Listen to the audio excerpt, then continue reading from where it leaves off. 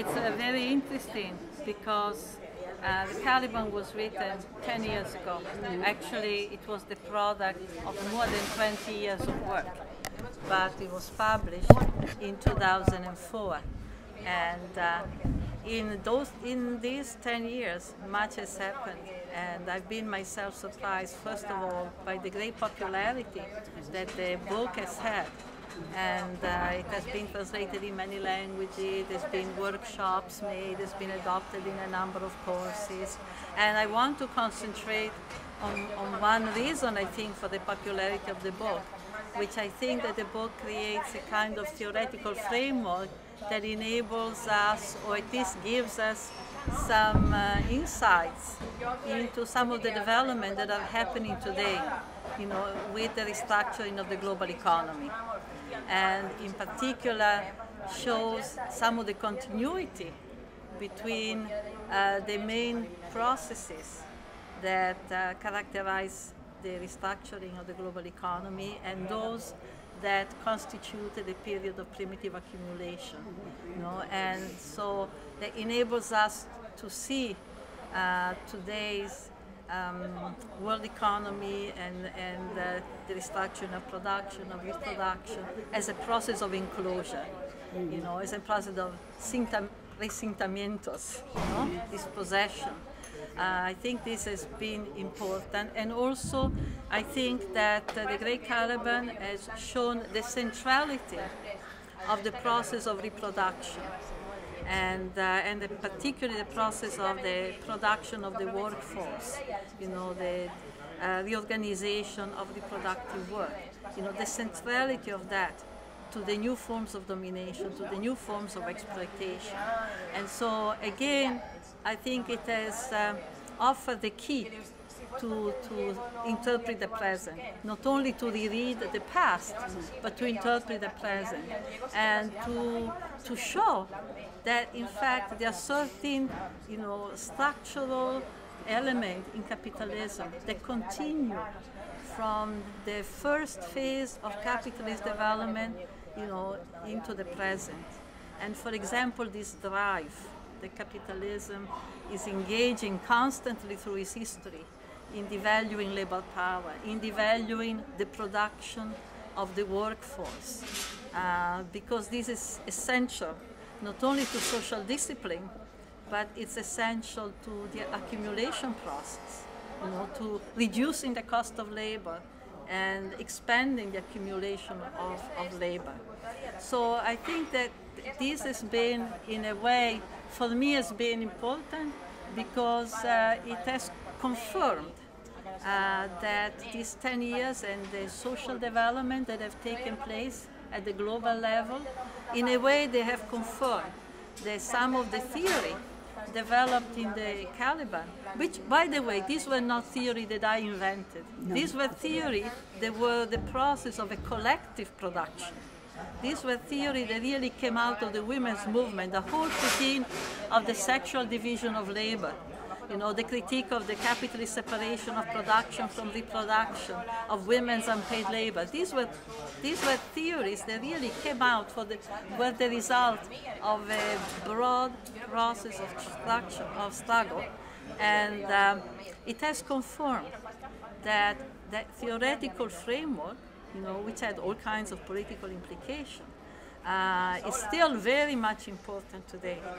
It's still very much a key to understanding, today's development of capitalism, and consequentially, also what kind of struggle are necessary to confront capitalism and to show this fundamental element, in capitalism, which is the need to devalue labor, the work of reproduction, and the subject of the work of reproduction, which means women.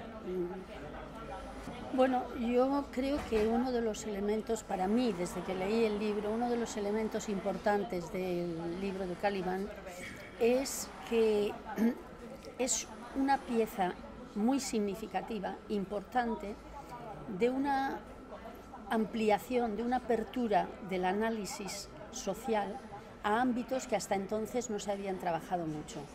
Las feministas lo han trabajado, pero este libro está como mucho más sistematizado, mucho más organizado y permite ampliar la visión que los marxistas tenemos de una cuestión de puramente la explotación laboral, la explotación en el trabajo, permite ampliar esa visión a la explotación por desposesión, vinculándola además a la acumulación primitiva. Entonces, a mí me parece que es un jalón muy importante en el enriquecimiento de los instrumentos de análisis que tenemos, que además permiten empalmar mucho más la explotación tradicional con los elementos de la reproducción de la fuerza de trabajo, que efectivamente yo también creo que es uno de los elementos claves en el capitalismo, ¿no? Y me parece que es por eso muy valioso el libro, además de toda la parte histórica que explica de lo que pasó con las brujas. Yo soy de una tierra que tiene tradición de brujas. País Vasco? Sí. Sí.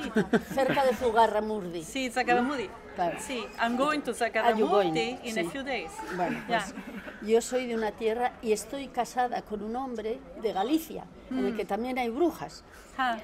Entonces, las mellas. Entonces, todo esto me resulta... No, esto era una broma, pero me resulta muy interesante. Y sobre todo, creo que es un libro importante en un proceso que ha iniciado usted, por un lado, con lo de la reproducción de la fuerza de trabajo, que ya habían iniciado las feministas, como usted dice, y por otro lado también David Harvey con la idea de la desposesión, que son muy parecidas, ¿no? Sí. Y que incluso hay algunos ecologistas marxistas que están integrando cuando hablan de las condiciones de producción. Entonces, mi impresión es que todos estos esfuerzos valiosos están sirviendo para adecuar un análisis de la sociedad actual a unos instrumentos en los que nos faltaban cosas y que seguirán faltando, pero que nos pueden enriquecer en este sentido. It's a major contradiction. And there is no place, no site, the best shows to us what is the nature and the depth of this contradiction, that in fact the process of reproductive work. I think that the power of the feminist contribution, to an anti-capitalist critique, has been precisely been able to understand in a way that had not been understood before, precisely the dimension and intensity of this contradiction. Because when we look at reproductive work, in fact this is a work the feminist movement has begun to do. We see the reproductive work as within itself two different and opposite elements, two different and opposite dimensions, at least in a capitalist society. Because on one side, reproductive work is the work that reproduces our life. It makes it possible for us to live, to reproduce ourselves on a day-to-day and generational basis. On another level, reproductive work is also work that reproduces us for the labor market, reproduces us as workers who have to be shaped by a certain discipline, who have to fit within a particular order, social order that is not chosen by us, and it's an exploitative order. So within reproductive work you have this contrast, and I think it's a contrast as the center of the crisis that many parents face, and particularly in the relationship with their children. Because on one side, you reproduce your children and in view of their desire, of the development of their capacity, of the development of their creativity, of their well-being. But on the other, you have to reproduce them from a society that is going to have very, very stiff rules, and rules that are determined not necessarily by the common good, on the contrary, but they are determined by private enrichment, etc. And so these two dimensions of reproductive work, right, that are in opposition against each other, have been again something with which women have had to struggle, throughout their life. But I think the women's movement has been extremely important because it has enabled us by bringing to the surface these two characters of reproductive work. has also made us able to imagine a struggle against domestic work, right? That does not necessarily, is not a struggle against the people that we reproduce, which has always been the great obstacle, to women's liberation, on the terrain of reproduction. In other words, every time the women have wanted to struggle, for example, against oppressive relation in the family, or against, certain forms of work, of reproductive work, they've always encountered the main obstacle, their sense of guilt, because the sense has always been that if we struggle against domestic work, we are endangering the life of the people, of our families, of our children. We are struggling against them. I think they've been able to separate the capitalistic element of reproductive work from those elements that actually are reproductive, which is not an easy separation, right? Has also been a very liberating process, to the point that we have been able to conceive of a struggle of women against reproductive work, which is at the same time liberating for women and liberating also for their family, liberating for their children. For example, liberating also for their husband, for men, because, for example, women's dependency, economic dependency on men has also been a discipline, on men in their relationship to the labor market, or the disciplining of children, right, has also been a disciplining on the women have forced upon themselves, right? And so I think that this is the process that we need to engage in, right? Beginning to, I call disaggregate, reproduction from the labor market, for reproduction for our well-being, for our collective self-realization. Sí, yo estoy más de acuerdo con la forma en que ha terminado su párrafo que la forma en que ha empezado. Porque yo, en el sentido siguiente, yo no veo que la explotación en el trabajo y la explotación en la reproducción sean dos cosas ajenas la una a la otra. Yo creo que las dos cosas, por eso al final ella ha hablado más de una integración de las dos cosas para poder liberarse las personas, no solamente las mujeres, sino también las personas. Por eso no me parece que la expresión de decir son dos cosas distintas, a mí no me vale.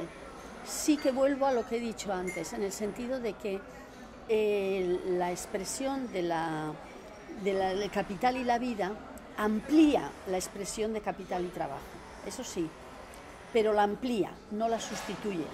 Y creo que ella tampoco quería decir que la sustituía. Por eso al final me ha parecido que estaba más de acuerdo con ella que al principio, creo yo.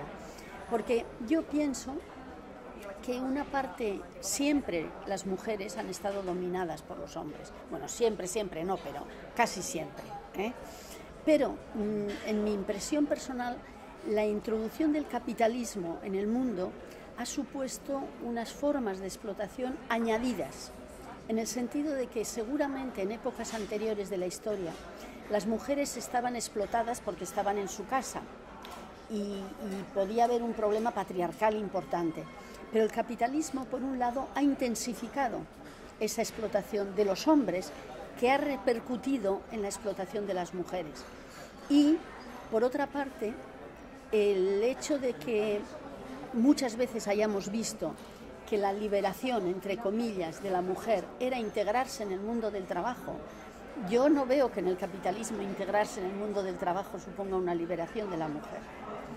Entonces, creo que para mí capital y trabajo es una faceta de la explotación que incide entre el capital y la vida, que no permite que la vida llegue a su posible desarrollo.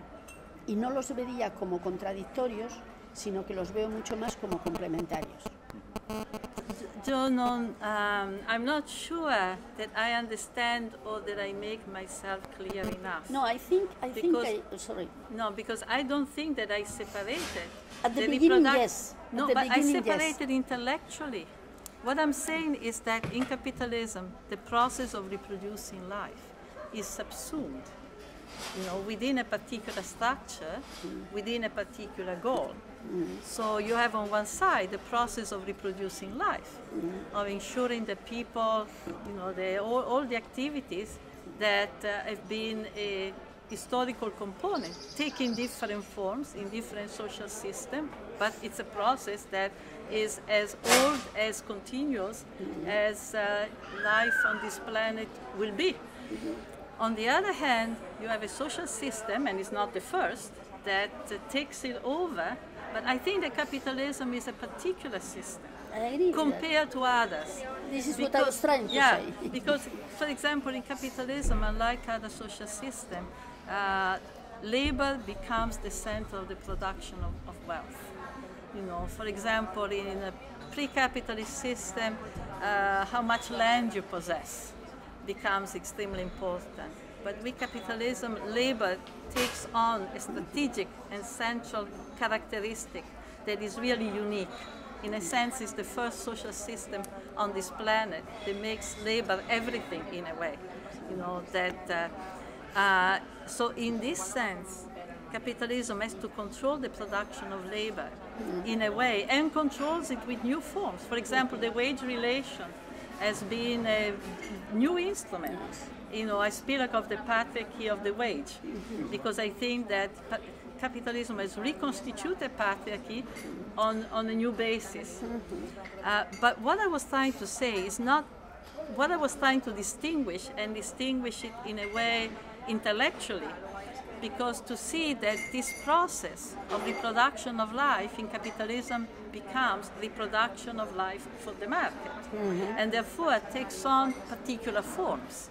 So to be able to conceive of the separation of reproduction of life and reproduction for the market, which in the reality are not separated, but we have to separate them, because we have to be able to conceive of a reproduction of life that is not necessarily subsumed, because otherwise we run the risk of naturalizing the forms of reproduction in capitalism. So it's very important to realize that the way in which reproduction takes place in this society takes particular forms because it has objectives that are determined outside of us, that are determined by the necessities of the labor market.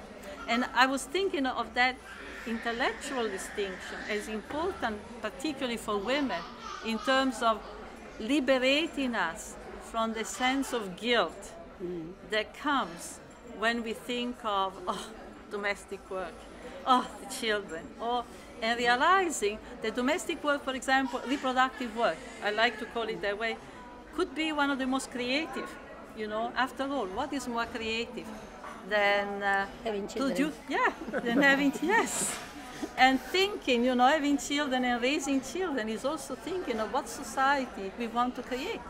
It's the new forms of culture, new forms of relation. It's a process that could be, but of course, instead it becomes in the opposite. It becomes a process that is enslaving, because it is captured, and it is rechanneled, and it is distorted, it is constrained, right? So in fact, you have many multiple chains. And I think that this distinction was liberating, because it enables you to think of forms of struggle that are refusal of domestic work, but they are refusal in a particular way. They are not refusal of the reproduction of our communities, but they are refusal of those aspects of that reproduction that it's really imposed on us, and imposed, basically by the logic of profit, the logic of accumulation. This is perhaps I didn't express myself clearly enough. No, creo que le he entendido ahora mejor que antes. Sí. Pero de todas formas, quizá es mi reacción a una situación que yo he encontrado en el feminismo que yo conozco, que no es mucho, en el feminismo que yo conozco, precisamente a separar esas dos esferas. El mundo de la reproducción es una cosa y el mundo de la producción es otra. Y a mí eso me parece negativo. Yo creo que tenemos que hacer una síntesis en que todo ello es fruto de un sistema capitalista que explota el mundo de la producción y que explota el mundo de la reproducción. Y por eso a mí no me no me gusta mucho separar así las dos esferas, porque creo que el feminismo que yo he aprendido, pero he aprendido poco y bastante mal seguramente, el feminismo que yo he aprendido se ha concentrado excesivamente en la esfera de la reproducción y no ha querido, o parece que no ha querido, me parece a mí que no ha querido tener en cuenta los aspectos de la producción. Y si no conseguimos hacer una conexión de los dos aspectos, me parece que primero estaremos siempre separadas las dos ideas y segundo, no llegaremos a conseguir una estrategia política que pueda ser útil en las luchas cotidianas, porque están muy separadas, por lo menos yo diría que en el Estado español, están muy separadas las dos esferas y me sospecho que bastante en otros países también. Lo que yo poco que he leído del feminismo es eso, quizá por reacción, no les acuso, pero las feministas en general se concentran en la esfera de la reproducción, las que yo conozco. No, por eso su libro es interesante porque abre, por eso le decía yo que empezáramos por el libro, que es interesante porque abre. Pero si estas jóvenes me escuchan, les preguntaría a ellas si no es verdad que el feminismo que ellas conocen se basa mucho en la esfera de cuidados, de reproducción de los niños y olvida un poco que el resto de la sociedad está explotada, hombres y mujeres igual, a través de la faceta de la producción. I cannot speak for Spain, but I have the opposite problem because in the United States, the women's movement in the United States from the end of the 1970s practically abandoned reproduction. But that is my point. You cannot abandon reproduction. Abandon reproduction. Actually, they concentrated only on the process of the wage workplace. Feminism has become identified with getting a job outside of the for the socialist feminists, joining the class struggle in the factories. For the liberal feminists, is engaging in the career. But the main trends in the women's movement have been primarily concerned with the question of production, and particularly have identified wage labor as the road to emancipation. They have abandoned so much the question of reproduction that they have not even wanted, and this was a strategic decision, to fight for maternity leave. The United States is one of the 2-3 countries in the world that doesn't have any maternity leave. You have to struggle when you have a child to have a week or 2, maximum 3, job by job. There is no prescription. As far as the world of work, of wage work is concerned, you might as well go back to work from the hospital. Why? Because they were afraid that if they were saying that we need to have maternity leave, then we wouldn't be able to allow to basically enter the wage workplace.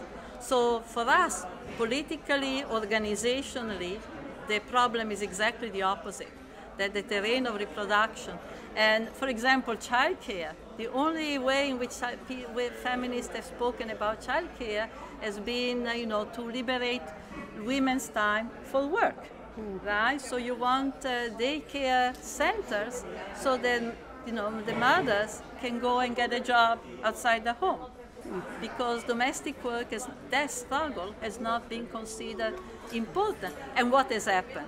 What has happened is that over the years, we have lost everything.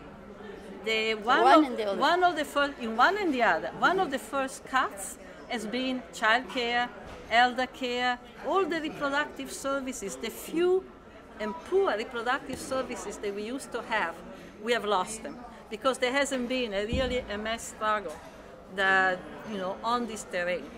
And secondly, the wage workplace. There was this idea that when we all enter in great number, then the workplace would change. We would have daycare centers. No way.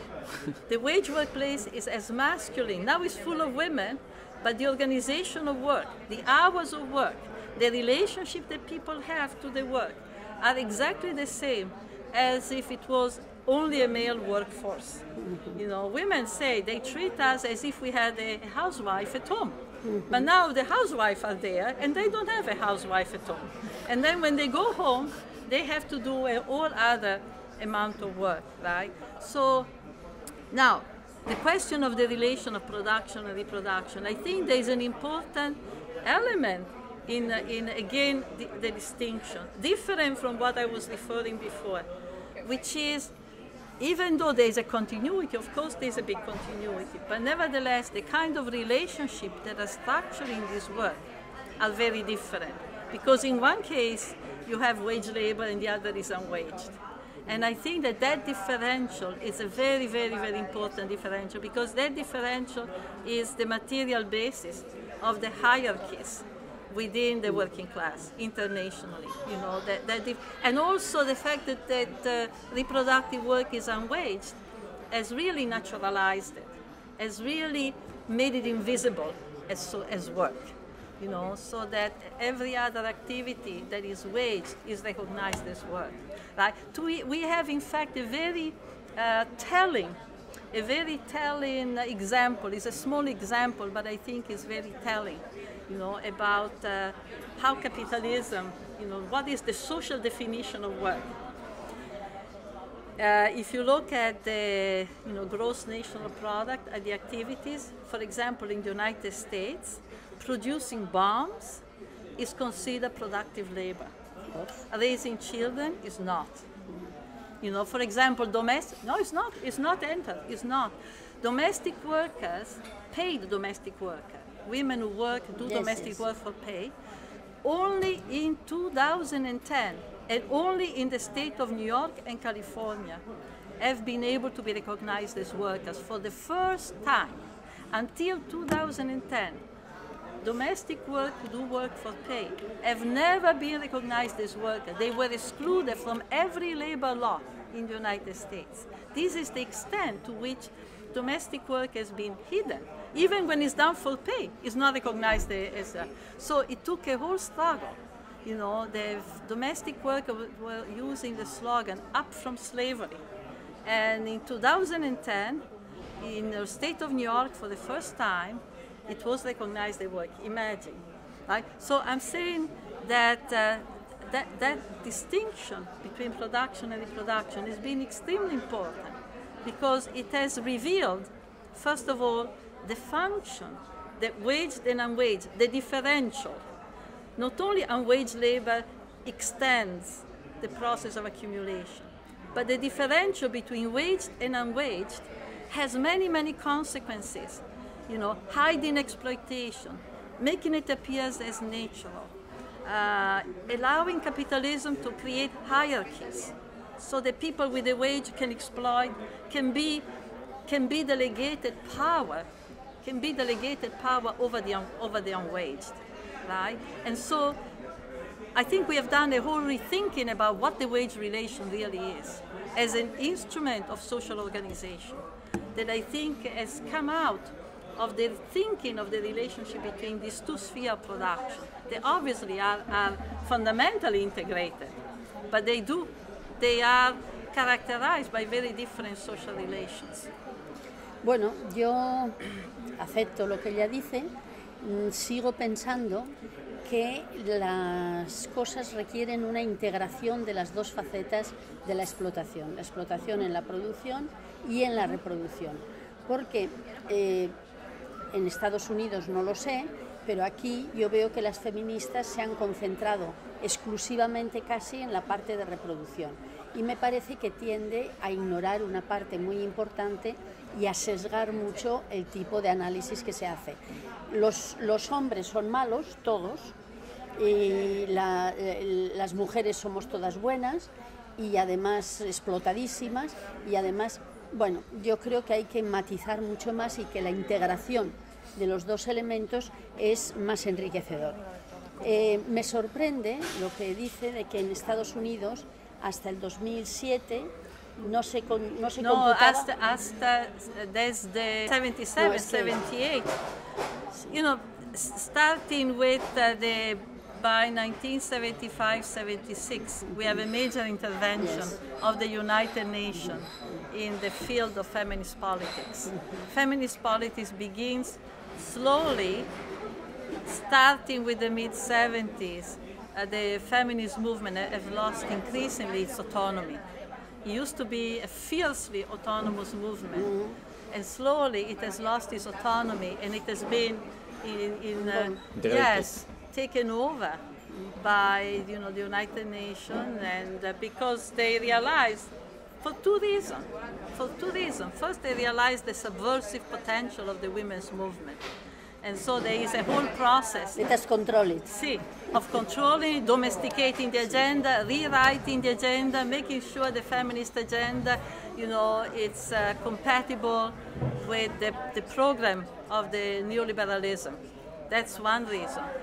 And second, because they realized that something important was changing with the women's movement, that this massive entrance of women into the wage workforce. In other words, what they realized is that women on a broad level, on a mass level, were not accepting any longer a relationship to the state and a relationship with capital that would be mediated by men. That what the feminist struggle for autonomy, certainly autonomy from men, not yet autonomy from capital, but certainly autonomy from men. Pero este es mi punto, o sea que precisamente esta especie de separación conduce... No, autonomy, no separation. Bueno, vale, dejémoslo ahí. Yo creo que en este país hay mucho, pero me sorprendía que en Estados Unidos ni el trabajo pagado doméstico se computara en la renta nacional. Keynes ya lo decía el año 33, que cuando un señor se casaba con su cocinera, bajaba la renta nacional porque dejaba de pagarle un salario, ¿no? Pero me sorprende que en Estados Unidos, ya sabemos que en Estados Unidos en muchas cosas está bastante retrasado, pero no pensaba que estaba tanto. Sí. Y mi preocupación es la de integración, porque otra vez cada una vive sus experiencias. Seguramente en esto Carva no estará de acuerdo conmigo, pero yo creo que en este país, cuando las feministas se preocupan de muchas cosas, no quieren integrarse en la lucha de la explotación de la producción. Quieren integrarse en la lucha antipatriarcal y antiexplotación de la persona. Y a mí me parece que eso es un error. Ella ha utilizado una expresión que a mí me ha parecido extremadamente inteligente, porque cuando nosotras en este país hablamos del trabajo doméstico decimos no está pagado. Yo creo que ese es un error. El trabajo doméstico está muy mal pagado, no está pagado a precios de mercado, pero está pagado.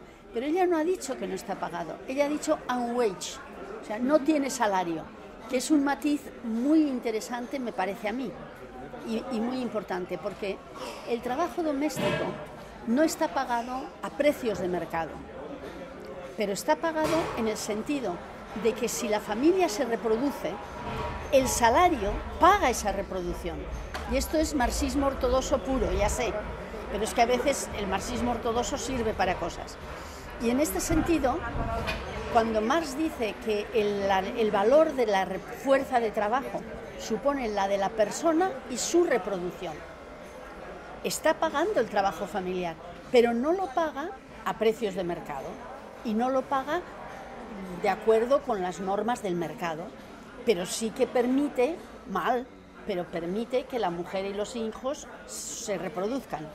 Entonces, me parece mucho más valiosa la expresión de ella de que es unwaged que unpaid. I don't think you can really say that the fact that women are indirectly, for example, what they receive when they marry, from the marriage contract, they will receive bed and board, the house, and also the so-called good men give women a bit of their wage for the reproduction. Not every man necessarily, and women never see that money as their own money, And I think that's extremely important. La organización social solapa la explotación patriarcal a la explotación del trabajo, digamos, pero el trabajo está pagado en ese sentido que digo yo, en esa definición. Ahora, es verdad que las mujeres no ven nunca el dinero, claro, o muchas veces. Also, I would like to add that when Marx speaks of the fact of the production of labor power, he has a very a conception of how labor power is reproduced that does not include domestic work. It's a reproduction that always appears as taking place all within the circuit of wage labor. In other words, it speaks of the wage worker receives the wage. With the wage worker buys the means of reproduction, and that's how he reproduces himself. But there is no understanding, really. I think in Capital Volume 1, Marx speaks of domestic labor 2 or 3 times, and he only speaks of domestic labor to say that it doesn't exist. That it doesn't exist. In fact, he has a very famous, funny comment, because one of the very few places where Marx speaks of domestic labor is when he speaks about the consequences of the Civil War in the United States for the cotton industry in England. And he shows that when the war against slavery, right, cotton stopped coming to the British mills. And because of that, a lot of workers were not working. And he says, it took the Civil War to get the English female industrial worker to go back to domestic work, because otherwise he saw them as in the factory from the morning to the night. They would give these opiates to the children, like now children are sedated. Yes. That's a long history, it goes back to the Industrial Revolution. When women go out to work in the factories, in the offices, then how do you do with the children? Particularly if you don't have the money to hire someone, if you don't have a daycare center. So these children grow up alone and they give them sedative, etc., etc., etc. Which is part of the crisis. No quiero decir que Marx trabajó bien el tema de la reproducción, no. En aquella época nadie se ocupaba de ese problema y él tampoco. Lo único que quiero decir es que en la concepción de reproducción de la fuerza de trabajo está la manutención del resto de la familia. For me, there is no contradiction between the question of struggling to prevent the privatization of the public and struggling for the commons. Right? I think it's very important to know that the public is not the commons. The public is a form of private. We don't control the public. It's a very mixed form. Right? And if the public was something that we control, something that we shape, but it's not, right? So, and I think it's very important to see what we understand about the public. And in fact, some of the work that we are doing today is really rethinking the public and beginning that rethinking going back through the beginning of the 19th century, before the welfare state, when the welfare state was only in in the United States, the welfare state begins the first step around the period before the First World War, right? And to understand that the so-called welfare state, instead of, I don't like the word welfare state, because it makes it appear that the capitalism has begun to invest in the working class out of the good nature of its heart and out of the desire to make life. In reality, the so-called welfare state is an investment that the capitalist class has made in the reproduction of the workforce. They had objectives that were very much in view of expanding the accumulation process and also consolidating certain divisions among workers.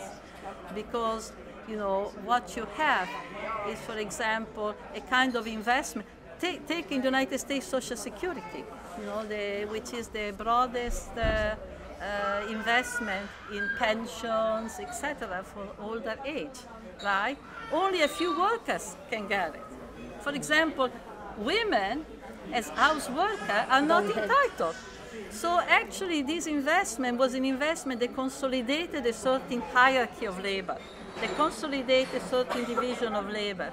It's very important to realize that, because we realize that as we are struggling to prevent the privatization of the public, we also organize the struggle in a way that goes beyond the public, that we cannot stay with the public.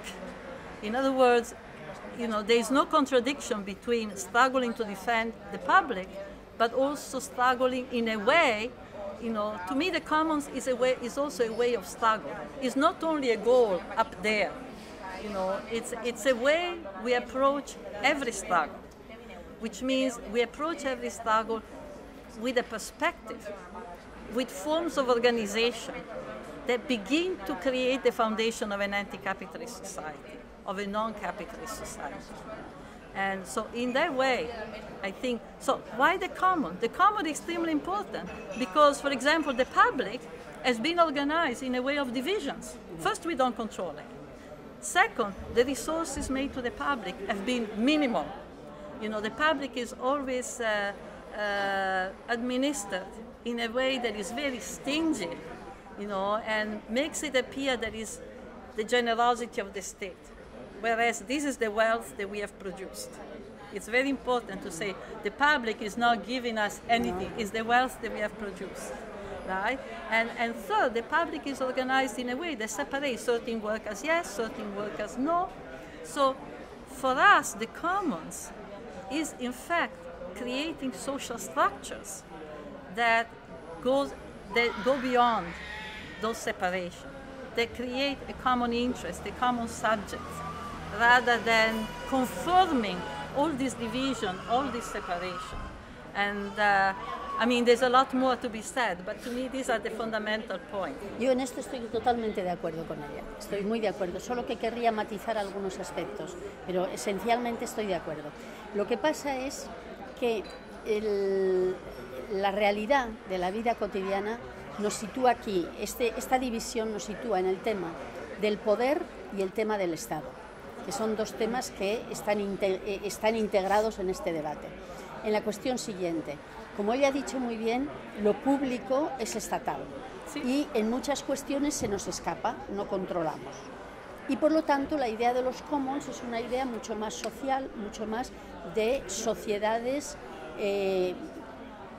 no capitalistas, que eso es a lo que tenemos que ir a buscar. Pero, y aquí es donde yo no digo nada en contra de ella, planteo un problema que a mí me parece que es muy claro. Lo que nos encontramos es que como estamos inmersos en el capitalismo, hasta por aquí, no podemos empezar a ignorar luchas que existen en el capitalismo para mejorar la situación de la gente que está viviendo mal. Por ejemplo, tenemos que luchar por la sanidad pública, tenemos que luchar por la paz, por los desahucios, tenemos que luchar por las pensiones públicas, reconociendo absolutamente que esto es, de alguna manera, darle paso a un poder que en una gran parte de cuestiones es ajeno a nosotros y que nosotros queremos ir más allá. Yo en eso estoy totalmente de acuerdo. Pero es peligroso que pensemos, bueno, tenemos que ir más allá y por lo tanto nos olvidamos de estas luchas, porque entonces las personas normales no entienden nada y además no es muy normal que dejemos para llegar un día más lejos, ¿no? Entonces yo creo, como ella ha dicho, que de alguna manera tenemos que integrar el luchar por los derechos públicos que tenemos ahora con la imagen de ir a una sociedad distinta, de una imagen, de una sociedad transformada en que todos los servicios sean totalmente diferentes y sean los commons. Pero a mí me ha pasado, otra vez cada uno habla de sus propias experiencias, que el afán de ir a los commons nos hace olvidar las luchas presentes. Y esto no se puede tampoco. Por ejemplo, yo conozco padres que en vez de luchar por mantener la escuela pública de sus hijos, crean una pequeña escuela local y creen que ya están avanzando hacia otro tipo de sociedad. No me atrevo a decir que hacen mal, pero yo creo que la lucha se tiene que integrar mucho más con más gente que quizá no es capaz de crear esto. Y lo mismo sucede pues prácticamente en la sanidad, sucede en todo lo demás. Entonces yo diría, efectivamente, commons es el objetivo final o hacia donde queremos caminar, pero de alguna manera, y no es fácil, tenemos que empezar partiendo de aquí, pasando por aquí.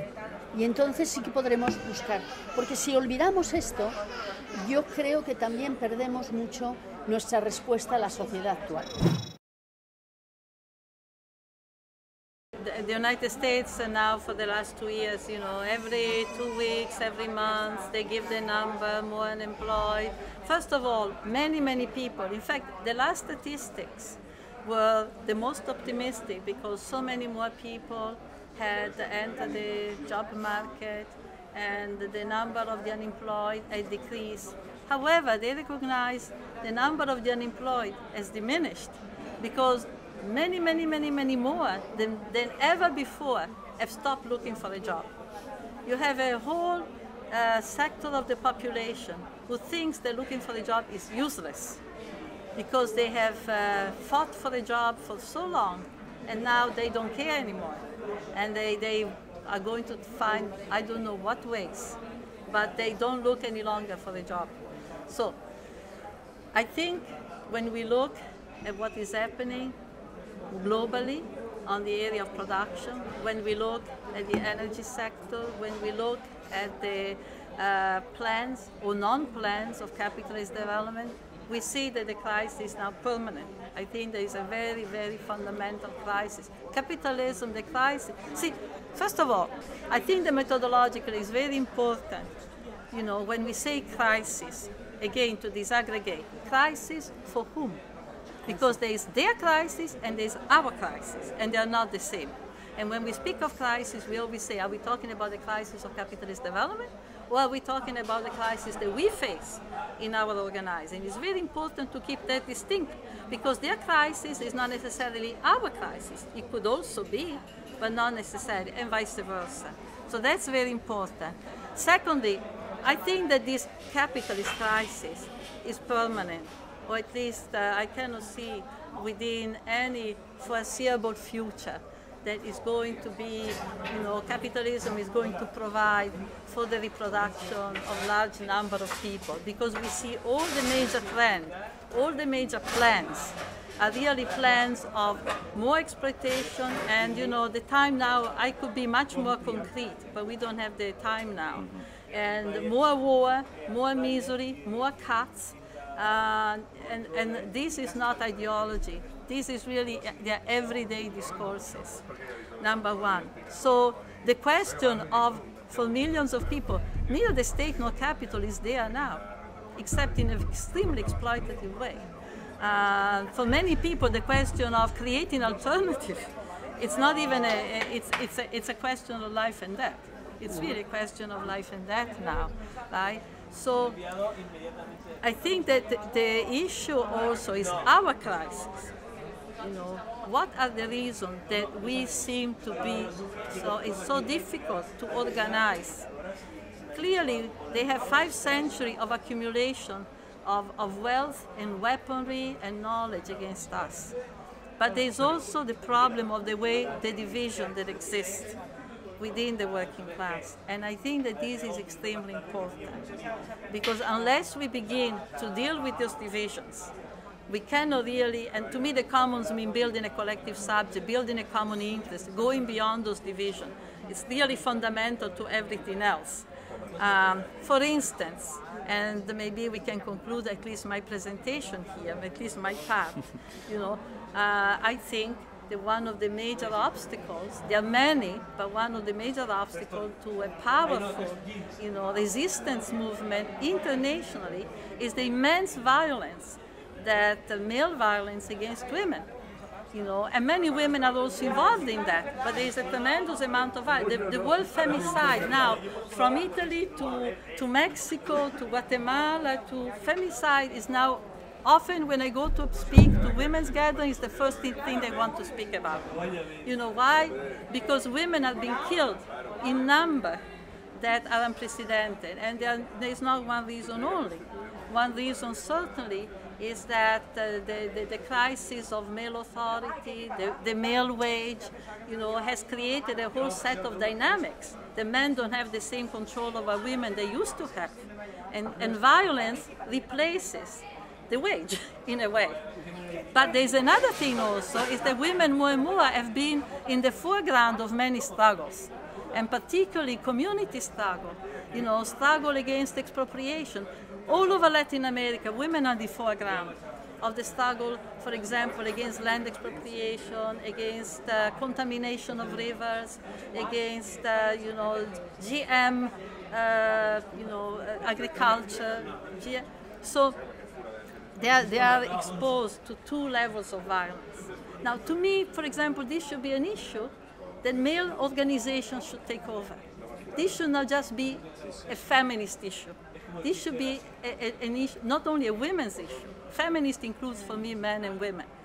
But to me, this should be an issue fundamental, because you cannot have a strong movement, with those divisions within it, where you have a movement that, in a way, contains also so much division, and that undermines, the capacity to resist what capitalism is confronting us with. No, yo simplemente diría que en la mayor parte de lo que ha dicho estoy de acuerdo. Solo quería reforzar que creo que en el Estado español empieza a repuntar un poquito la actividad económica, porque son ellos, es el capital, como ha dicho ella, ¿no? Y entonces empieza, y las empresas empiezan a tener beneficios, precisamente a costa del deterioro de las condiciones de vida de la población.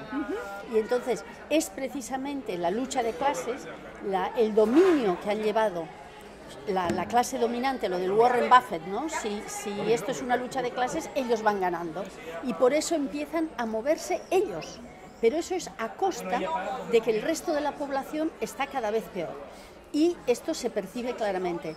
Pero yo diría todavía que es más, que no es una cuestión de salir de la crisis, sino que el capitalismo ha ido modelando a través de la crisis del 2008 y antes también desde la globalización, ha ido modelando de tal forma toda su dinámica que lo que tenemos ahora ya no es una crisis de la que se puede salir, sino es unas nuevas relaciones de producción, no nuevas totalmente, pero son fundamentalmente una forma de relaciones de producción que aumentan la explotación, que hacen que el capital tenga todavía mejores condiciones, y las clases trabajadoras en el sentido amplio, con la clase media incluida, en el sentido amplio, somos las que con nuestro deterioro estamos permitiendo o facilitando por lo menos que ellos les vaya mejor.